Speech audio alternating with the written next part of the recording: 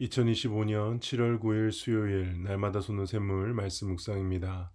오늘은 하나님의 약속을 믿고 사명을 감당해 가라 라는 말씀의 제목으로 창세기 25장 1절에서 18절 함께 묵상해 보겠습니다. 아브라함이 후처를 맞이하였으니 그의 이름은 그두라라. 그가 시므란과 욕산과 무단과 미디안과 이스박과 수아를 낳고 욕산은 스바와 드단을 낳았으며 드단의 자손은 아수르 족속과 르두시 족속과 르움미 족속이며 미디안의 아들은 에바와 에벨과 하녹과 아비다와 엘다아인이 다 그두라의 자손이었더라. 아브라함이 이삭에게 자기의 모든 소유를 주었고 자기 서자들에게도 재산을 주어 자기 생전에 그들로 하여금 자기 아들 이삭을 떠나 동방 곧 동쪽 땅으로 가게 하였더라. 아브라함의 향년이 175세라. 그의 나이가 높고 늙어서 기운이 다하여 죽어 자기 열조에게로 돌아가매 그의 아들들인 이삭과 이스마엘이 그를 마물의 앞 헷 족속 소알의 아들 에브론의 밭에 있는 막벨라 굴에 장사하였으니 이것은 아브라함이 헷 족속에게서 산 밭이라. 아브라함과 그의 아내 사라가 거기 장사되니라. 아브라함이 죽은 후에 하나님이 그의 아들 이삭에게 복을 주셨고 이삭은 부엘라 헤로이 근처에 거주하였더라. 사라의 여종 애굽인 하갈이 아브라함에게 낳은 아들 이스마엘의 족보는 이러하고 이스마엘의 아들들의 이름은 그 이름과 그 세대대로 이와 같으니라. 이스마엘의 장자는 느바요시요 그 다음은 게달과 앗브엘과 밉삽과 미스마와 두마와 마사와 하닥과 데마와 여둘과 나비스와 게드마니 이들은 이스마엘의 아들들이요 그 촌과 부락대로 된 이름이며 그 족속대로는 12지도자들이었더라.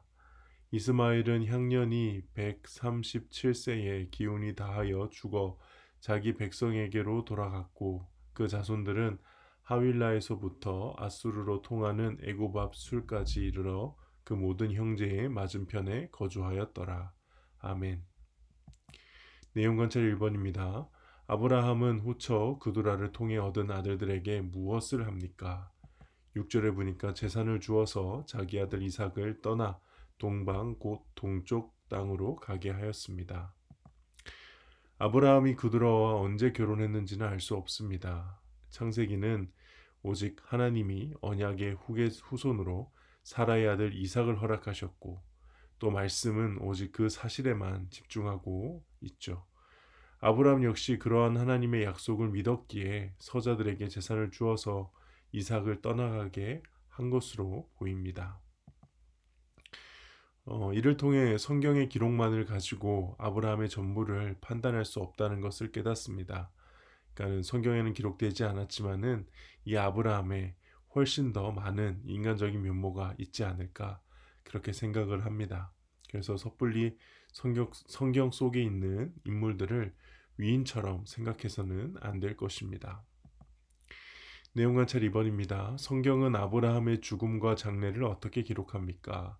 7절에서 9절의 말씀을 보면은 죽어서 자기 열조에게로 돌아갔다. 그리고 그 아들들인 이삭과 이스마엘이 막벨라 굴에 장사했다고 하죠. 이삭과 이스마엘이 함께 장례를 치렀다는 점이 놀랍습니다. 이스마엘은 아브라함의 집에서 쫓겨나다시피 한 그런 입장인데 어떻게 이렇게 아브라함의 최후를 지켰고 더구나 그것을 이삭과 함께 했다는 점 참 신기합니다. 우리가 알 수 없는 어떤 회복과 용서의 은혜 그런 스토리가 그들에게 있었던 것이 아닌가 조심스럽게 추측해 볼 수는 있습니다. 막벨라 굴은 약 38년 전 아브라함이 아내 사라를 장사하기 위해서 은 400세겔을 주고 산 아브라함의 소유지죠. 아브라함은 가나안 땅 중에서 이곳만을 소유하고 결국 세상을 떠났지만 후손들이 이 막벨라 굴을 포함해 가나안 온 땅을 결국에는 차지하게 되죠. 아브라함은 그 믿음을 가지고 이 매장지에 묻히게 됩니다. 영과 묵상입니다. 아브라함이 헷 족속에게서 밭과 막벨라 굴을 사서 그곳에 장사된 사실이 자세히 기록된 이유는 무엇입니까? 먼저 이 창세기가 1차적으로 가나안 땅 입성을 앞둔 이스라엘 백성들을 위해 쓰여진 성경임을 생각해야 됩니다. 이제 막 애굽의 노예에서 벗어난 그 이스라엘 민족들에게 왜 하필 가나안 땅으로 다시 가야 하는가? 여기에 대한 명백한 답을 주는 것이 필요하죠. 바로 그들의 선조 아브라함에게 하나님께서 찾아오셔서 언약을 맺으셨고 바로 이 가나안 땅을 주시겠다고 약속을 하셨기 때문에 그렇다는 것을 설명하는 겁니다. 광야에서 이 말씀을 모세를 통해 처음 들었을 때 그들은 어떤 마음이었을까요?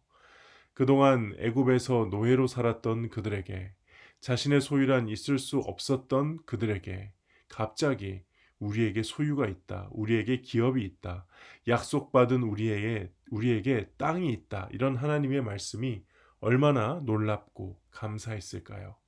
오늘 본문 말씀이 현대 사회를 사는 저와 여러분에게는 그냥 넘어가는 말씀일지도 모르겠으나 적어도 그들에게는 다시 한번 모세를 따라 광야의 길을 씩씩하게 걸어갈 수 있었던, 또 걸어가야 했던 이유가 되는 그런 뜨거운 말씀이었을 겁니다. 느낀 점입니다. 하나님의 확실한 언약을 받은 자답게 믿음과 사명의 길을 묵묵히 걸은 후 삶을 정리한 이 아브라함을 보며 무엇을 느낍니까? 일단 아브라함에게 후처와 서자들이 있다는 사실에 한번 좀 놀라게 됩니다. 그동안의 말씀에는 등장하지 않았지만 그가 믿음으로 하나님의 약속을 기다리지 못했던 증거들이 아니었을까요? 하갈과 이스마엘 외에도 또 다른 후처와 서자들이 있다는 것은 제가 생각했던 것보다 아브라함은 더 많이 흔들렸고 의심했고 다른 대안을 생각했던 것입니다. 근데 성경이 그동안 그 사실을 크게 언급하지 않았습니다. 또 이후에 아브라함이 스스로 정리하듯이 서자들로 하여금 이삭을 떠나게 했죠. 약속의 아들 이삭을 떠나게 한 겁니다. 여기서 많은 것을 느낍니다. 그들을 떠나보낼 때 제가 만약 아브라함이었다면 많이 자책했을 것 같아요. 아, 내가 더 하나님의 약속을 믿었더라면 이 아이들에게 이런 아픔을 주지 않았을 텐데. 그러니까 하나님과 아브라함의 언약의 관계, 이런 것 보면요, 언제나 사고는 인간이 치고 하나님이 수습하신다, 이런 것을 다시 한번 깨닫게 됩니다. 결단과 적용입니다. 다른 사람들에게 하나님의 약속을 붙잡는 믿음과 화평을 전했던 적은 언제입니까? 하나님의 약속을 붙잡고 주어진 사명을 묵묵히 감당하며 자녀와 다음 세대에게 믿음을 전하기 위해 무엇을 실천하겠습니까? 신앙생활이라는 것은 깔끔하지가 않죠. 군더더기가 많습니다.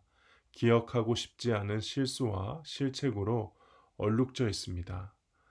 신앙생활을 그럴듯하게 꾸밀 수는 있을지 몰라도 우리의 전부를 전시할 수는 없는 것이 우리의 드러난 외적인 신앙생활의 모습입니다. 왜냐? 폭로당한다면 수치스럽고 치욕스러운 저만의 이 그드라와 서자들도 제법 많기 때문이죠. 그러니까 하나님께서 가려주시고 덮어주셔서 지금 여기까지 온 것이지, 저의 진면목이 다 드러나는 것이 신앙생활이라면 저는 아마 이 자리에 있을 수 없을 겁니다. 신앙이란 그런 것이고요. 하나님과의 관계란 그렇게 하나님의 은혜 속에 있는 것입니다.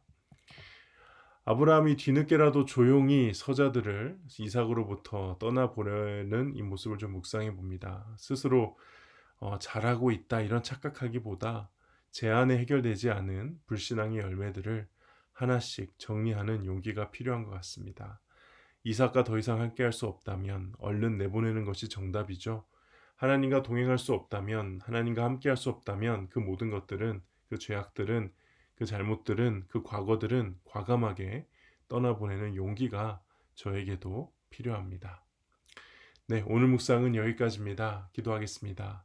하나님 아버지, 오늘 아브라함이 마지막으로 막벨라 굴에 묻히는 모습을 보며 언제나 부족하고 연약한 인간을 하나님의 언약의 은혜로 덮어주셨던 그 사랑을 다시 한 번 더 묵상하고 깨닫게 됩니다.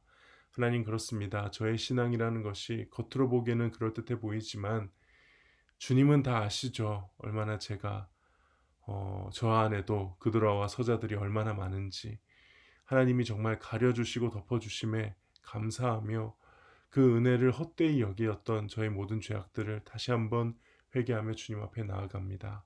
주님, 주님을 따라가는 삶, 주님의 은혜를 의지하는 삶, 주님을 바라보는 삶 살아갈 수 있도록 주님 인도하여 주시옵소서.